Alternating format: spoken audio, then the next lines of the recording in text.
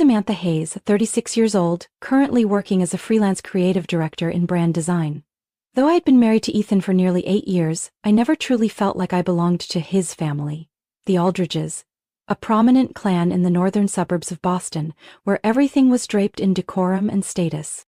Ethan had once made me believe that love could bridge every gap. We met during our final year of college. I was working at a campus print shop to cover tuition, while he studied supply chain management, fully supported by his parents. Our relationship started with conversations about typography and color theory, and quickly ignited like a spark on a cold night. A year later he proposed, with a sapphire ring, elegant, expensive, and far beyond anything I could afford. I used to think that marrying Ethan meant gaining a new family, but no one ever told me that some doors don't open just because you wear a wedding ring. The Aldridge family was the embodiment of old-school power, polite but distant, wealthy but rigid. My father-in-law, Franklin Aldridge, had founded and led a nationwide consumer branding firm. He had a booming voice and loved talking about brand strategy and long-term value, even over breakfast. My mother-in-law, Lenora, was the quintessential social matriarch, organizing charity galas, orchestrating cocktail parties, always smiling, always perfectly dressed like she'd stepped out of a magazine cover. I once admired how she controlled every room without raising her voice, until I realized her gaze often slid past me like I was an underwhelming detail in an otherwise polished layout. Ethan's sister Serena held a senior executive position in their father's company. She was hailed as the heir apparent, not just for her intelligence, but for her sweetly sharpened ability to undermine. Every compliment from her sounded warm, until I realized it was a dagger cloaked in velvet. Ethan's younger brother Tyler, 6 years my junior, changed jobs constantly and never held anything longer than a year, yet no one faulted him. To them, Tyler was a free spirit, an undiscovered artist. I, on the other hand, could work until 2 a.m. on a project and only get a half smile and a comment like, "Well, as long as you're still passionate." I tried to fit in. I attended charity events with Lenora, learned how to pronounce Burgundy versus Pinot Noir so Serena wouldn't correct me at dinner, picked out carefully chosen birthday gifts with handwritten notes, none of which they ever seemed to notice.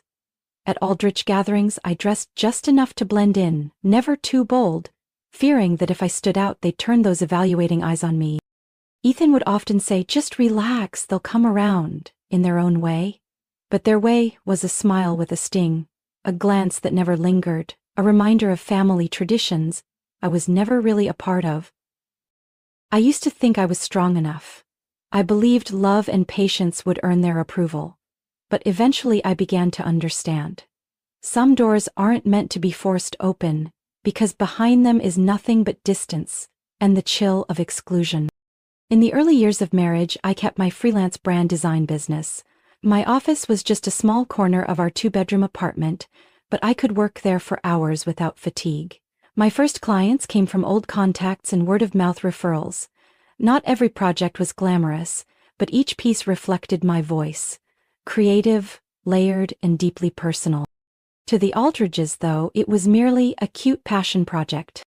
"Oh, Samantha does little design things here and there," Lenora once told a friend, while I sat right beside her, still holding my wine glass.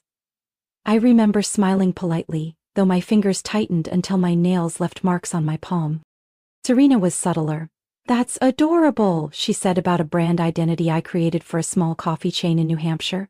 "I'm sure they came to you because they know you're my sister-in-law." I knew I wasn't truly welcome, but what hurt more was Ethan's silence. He never insulted me, but he never defended me either. Whenever I brought up their passive jabs, he'd repeat one line: "You're overthinking it." So I adjusted. I swapped out bright colors for Lenora's neutral silks. I practiced the proper pronunciation of wine labels. I nodded through endless talk about investment portfolios and vacation properties. I gave up iced lattes with straws. Apparently they weren't refined enough.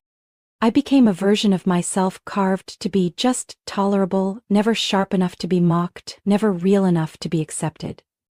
In our 4th year of marriage, Ethan was promoted to East Coast Regional Director, which meant constant travel to the Midwest. We didn't really discuss it. He brought home contracts, I adjusted our life. Late-night client calls became burdensome. I started turning down projects, telling myself I'd pick things back up when Ethan settled in. Soon, my client list dwindled to a few loyal names, my calendar emptied, and I got used to eating dinner alone.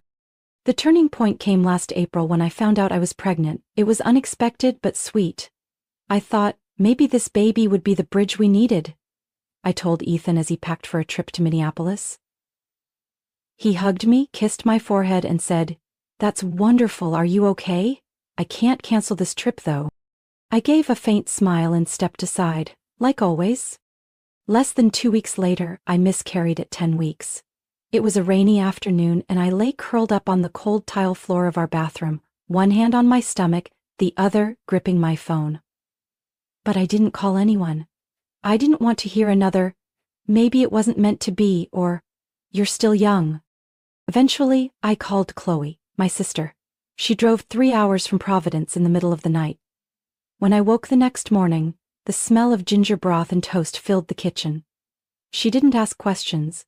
She just sat beside me, quietly, all day. As for the Aldridges, Ethan sent one text, "I'll call tonight. I'm sorry." He never called. Lenora sent a bouquet of white lilies and a handwritten note, "Everything happens for a reason, maybe it just wasn't the right time." No one visited, no one asked if I was in pain. Maybe to them, that child had never existed enough to be mourned. I used to think I could keep enduring, but that afternoon, curled on the couch as sunlight cut through the blinds, I realized I was wearing myself away, piece by piece, in a life I'd helped build, but no longer recognized. And all of that led to the summer barbecue, the day it all finally fell apart. The Aldrich family's annual 4th of July barbecue took place on the first Sunday of July, an event Lenora had been planning since April, with the guest list categorized by status, dietary preferences, and notoriety among local business elites. I spent the entire Saturday morning baking a peach cobbler using my grandmother's recipe, the only dessert Serena had ever acknowledged as pretty decent. I used the most expensive organic butter, carefully arranged each peach slice like artwork, and baked it in a new ceramic dish I had bought from Charleston just for the occasion. Ethan didn't help much. He was busy on a call with the regional director in Denver, still wearing wrinkled golf shorts and a shirt when I carried the dessert out to the car. "We don't want to be late," he said as he hit the gas, without asking if I had eaten. Franklin and Lenora's house sat atop a hill on the west side of Newton, where lawns were trimmed by robotic mowers, and backyard parties always featured a chef hired by the hour to man the grill. When we arrived, Serena was already greeting guests at the gate with a glass of rosé, while Richard proudly showcased his new smoker imported from Germany. "Sam, that dress is vibrant," Serena said, scanning me up and down like a barcode. "Where's the cobbler? I'm sure there's a spot for it in the prep kitchen." I stifled a sigh and walked into the kitchen, where Lenora was directing uniformed staff to arrange dishes according to a seating chart. "Oh, Samantha, you didn't need to bring anything. We've got the catering covered," she said coolly. "But that's sweet, just leave it in the back fridge." I opened the fridge in the back, crammed with bottles of organic beet juice and guest-brought sauces stacked precariously. I placed my cobbler in the far corner, feeling like I was tucking away a part of myself into that cold, dim space. Back in the garden, I saw Ethan chatting with a group of men about logistics markets. No one noticed me. No one asked what I was working on these days. I stood for a while by the salad table, fingering a plastic plate, eyes scanning for a familiar face in a sea of polite indifference. Lunch came quickly with the sound of clinking glasses and the scent of grilled meat drifting across the lawn. I sat next to Uncle Thomas, the only Aldridge relative who ever asked about books, but he was deep into a golf story with Richard. Ethan was seated across from me, leaning towards Serena, laughing loudly at some tale about a TV star she'd seen at the gym. Just as I raised my fork, planning to mention a new bakery design project I had just completed, Serena's voice cut through the air, loud, clear, and intentional. "Hey Ethan, if Sam disappeared tomorrow, do you think anyone would notice? I mean, I probably wouldn't." A moment of breathless silence. Then laughter. Steady, merciless, and familiar. Lenora gave a delicate chuckle, like Serena had just shared a cat video. Richard snorted. Ethan smirked and reached for another beer. I didn't say anything, didn't laugh. I gently set my plate down, raised my skewer like a glass in a toast, looked Serena dead in the eye, and said softly, but loud enough for the entire table, "Let's find out." Everyone paused. 1 beat. 2. Serena blinked, her smile faltering slightly. Ethan glanced at me, but said nothing. Lenora quickly filled the gap. "Who wants more watermelon? Franklin just sliced some."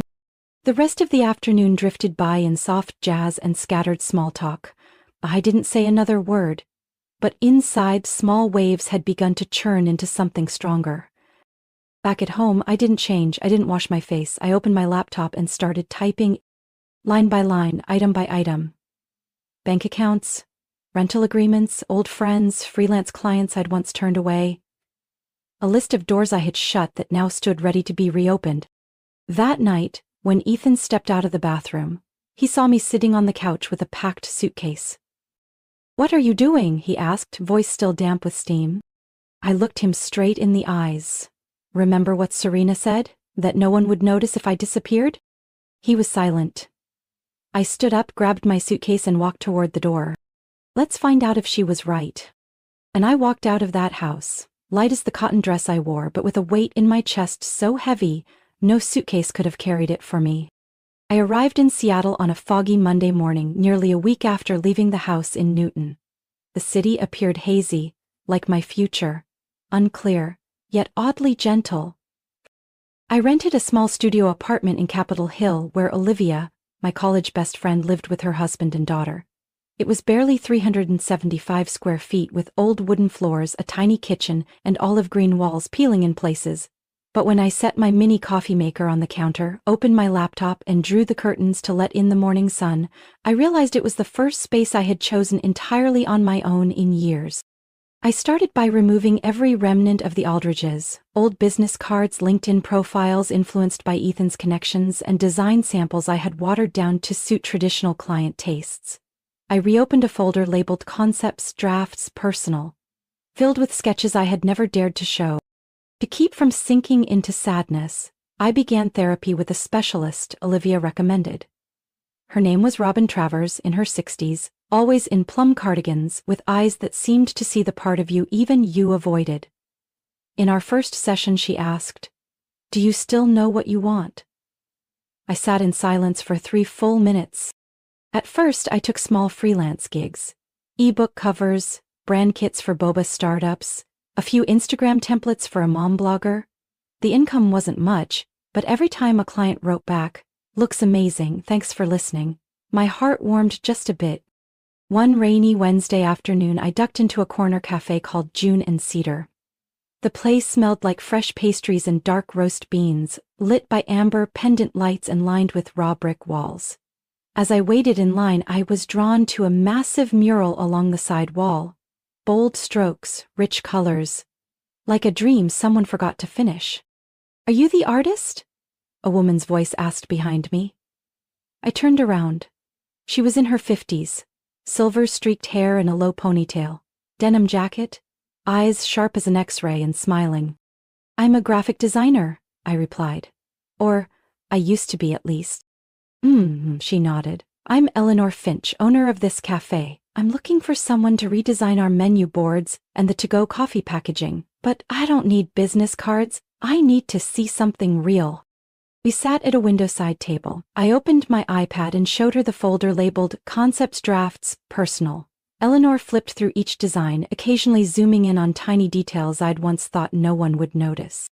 "You've been dulled by people who never understood where your strength lies," she said. "I don't hire people because they're perfect. I hire them because they're real." Eleanor wasn't just the first client who truly believed in me. She became my spark. She introduced me to a florist who needed new sticker labels. Then a retro-style bakery owner reached out for seasonal gift box designs. Each project was small, but I had creative freedom. And most importantly, I got to be myself. Robin, my therapist, noticed the change clearly after a month. "The Samantha from our first session wouldn't look me in the eye for more than 3 seconds, she said. "Now you're arguing with me about organic gum packaging design?" I laughed. "For real." One morning, Eleanor texted and asked me to stop by the cafe early. I walked in to find her waiting with a silver-haired man in tortoiseshell glasses. "This is Mr. Layton, creative director at an organic food company," she said. I showed him your coffee box mock-up. We talked for almost an hour. In the end, he handed me his card. "If you're interested in working on the Sheffield Food Group rebrand campaign, give me a call." I held the card, my mind spinning. Sheffield was one of the largest subsidiaries of Aldridge Enterprises. I didn't know if it was fate or some elaborate twist of irony. But what I knew for certain, this time, I would walk in under my own name, not as Ethan Aldrich's wife or someone connected to the Calwells. Just Samantha. And for me, that was enough. I accepted the rebrand project for Sheffield Natural Foods after 3 days of thinking and 2 sleepless nights. Wesley Creative, the lead agency, sent a clear brief: generous budget, flexible timeline, and nearly complete creative freedom. I had no idea about the Aldridge connection until I read the last line of the overview. Sheffield is a subsidiary of Caldwell Group, the corporation owned by Franklin Aldridge. I stared at the screen, my blood chilling in my palms. Caldwell Group. That name used to be everywhere in my life. On envelopes, on Ethan's business cards, even on the napkins at Lenora's gift exchange parties. But this time it was different. I wasn't entering this project as someone's wife. I was the freelancer chosen for my work. When Thomas, the creative director at Westlake, called to confirm, I asked directly, "Will Sheffield be involved hands-on?" "No," he replied. "All execution and approvals go through us, but they will be present at the brand launch gala next month." I held the phone, staring at the ceiling, torn inside. Part of me wanted to back out. Another part saw clearly that this was the kind of opportunity I'd dreamed of but never dared to imagine. In the end, I took a breath. "I'll attend." The gala took place at Broadmoor Grand Hall, the same venue that once hosted countless charity auctions Lenora presided over. That night, I wore a deep emerald jumpsuit, elegantly fitted, with my hair in a low bun and black pearl earrings. Simple, refined, not a detail out of place. Eleanor called it soft armor. I smiled. I knew exactly who I was dressing for, and more importantly, who no longer mattered. As I stepped into the foyer, the chandelier's crystal glow reflected in the glass, making the room shimmer. Thomas came over and shook my hand firmly. "You're the highlight of the night," he said. I didn't answer, just smiled, silently tucking that comment away as a gift to myself. 15 minutes later, I heard a familiar laugh. Deep, wide, and sure of itself. Franklin Aldridge. I turned and saw all 4 of them entering together. Franklin wore a charcoal tuxedo, his eyes sweeping the room like he was surveying assets. Lenora had on the emerald necklace I once helped her choose for the company's 40th anniversary gala. Serena, unsurprisingly, stood out the most. One-shoulder white dress, red lipstick, her arm linked with a new boyfriend I didn't recognize. Ethan came last, champagne in one hand, the other in his pocket, eyes more tired than I remembered. I didn't flinch. I stood where I was, sipped my cocktail, and kept my gaze steady. Franklin was the first to spot me. He froze, just for a second, then approached. "Samantha," he said, voice measured. "Well, this is unexpected." "I'm the lead designer for Sheffield's new campaign," I replied, shaking his hand with just enough grip. "It's good to see you again." He couldn't fully hide the awkwardness. "You've done quite well," he admitted. "We weren't informed that you were involved." "I believe selections were made based on work quality, not personal affiliations," I answered. Lenora stepped in next. She gave the same social smile she always had.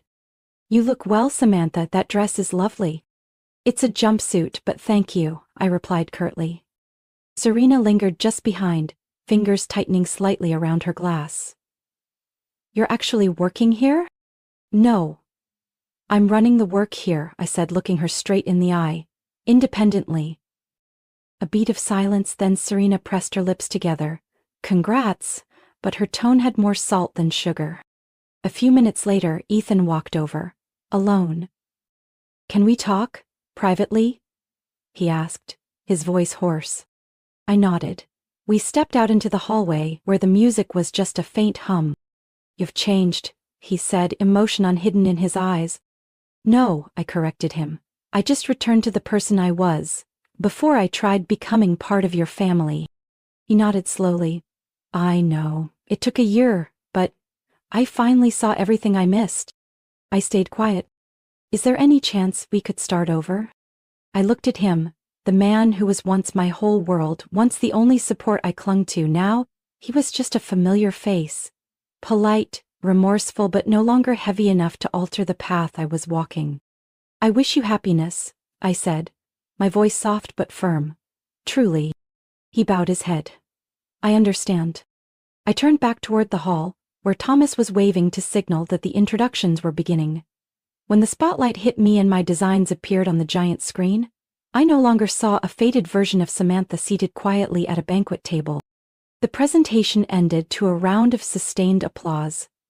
I stepped down from the stage, with my head held high and my breath steady. No shadow clung to me anymore. No gaze could make me shrink again. I was just about to leave the presentation area when I saw Serena standing directly in my path, her expression cold but focused. "You took this project on purpose, didn't you?" she asked, no greeting, just the question.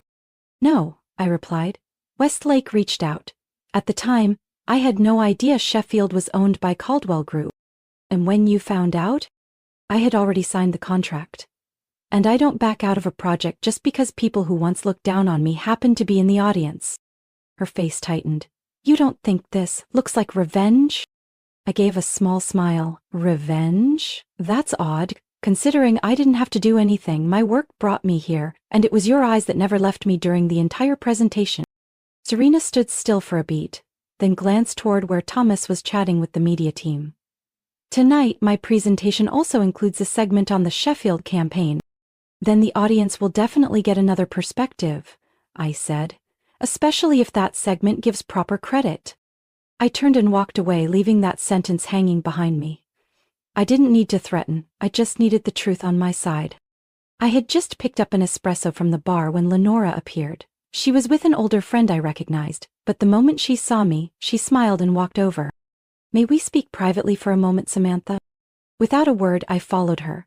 We moved toward a side hallway, where the noise of the event faded. "I know there were a lot of misunderstandings in the past," she began, using the practiced grace of an experienced hostess.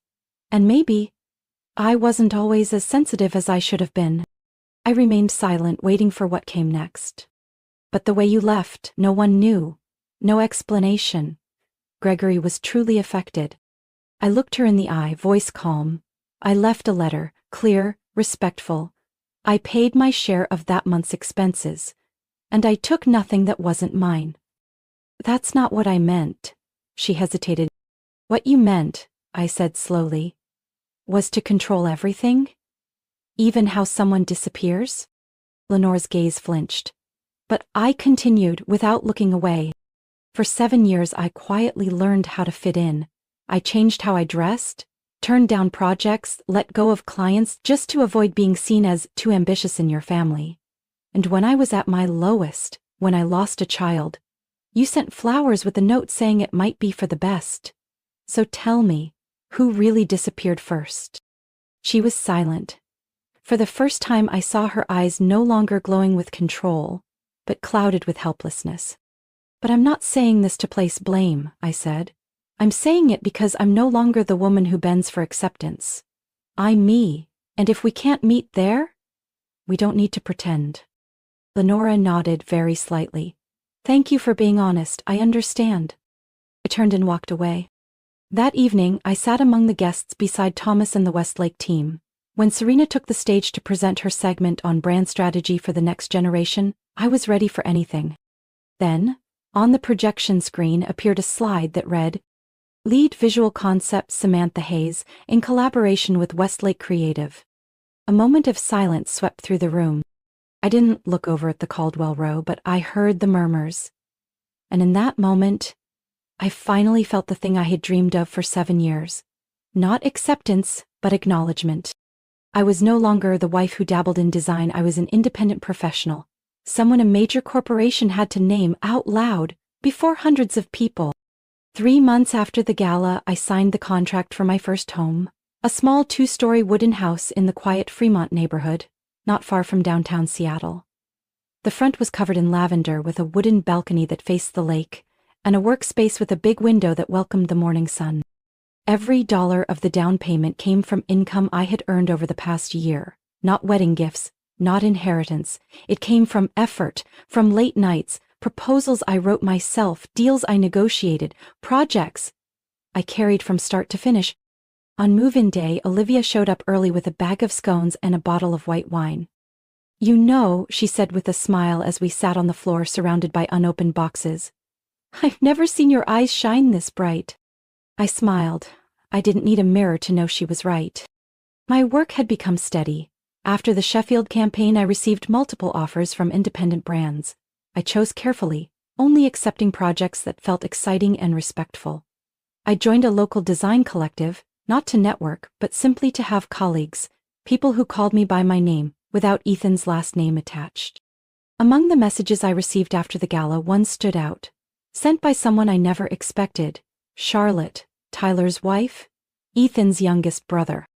"I know what it feels like to be treated like an outsider in that family. If you ever want to grab coffee, I'd love to hear the story from the other side." We met at a small French bakery near Lake Union. Charlotte shared that Patricia once called her a dull preschool teacher behind her back.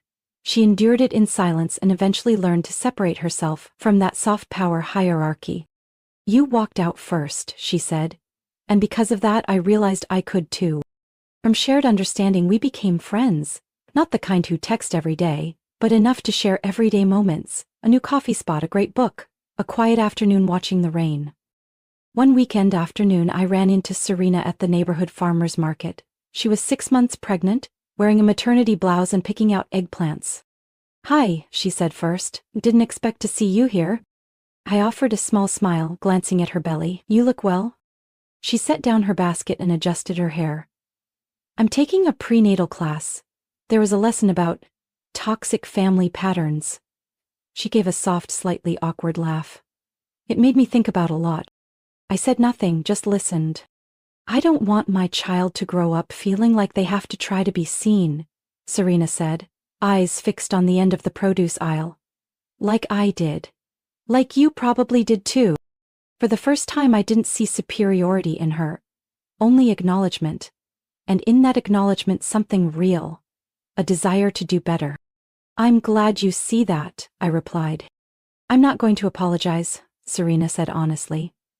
"Because apologies are easy. Change is hard." I gave a slight tilt of my head. Then change.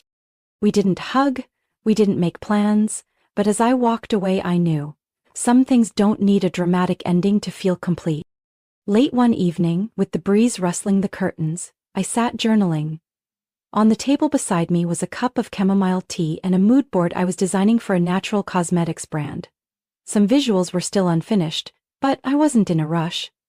No one was pressuring me to deliver on time, so no one's embarrassed anymore.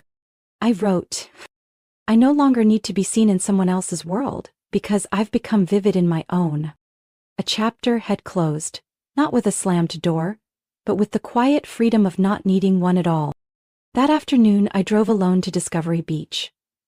The air was cool, the wind carried salt and damp pine. I sat on a familiar bench facing the horizon where the water met the sky.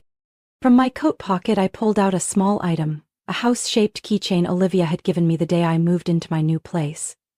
On the back was an engraving, "Start from where you choose."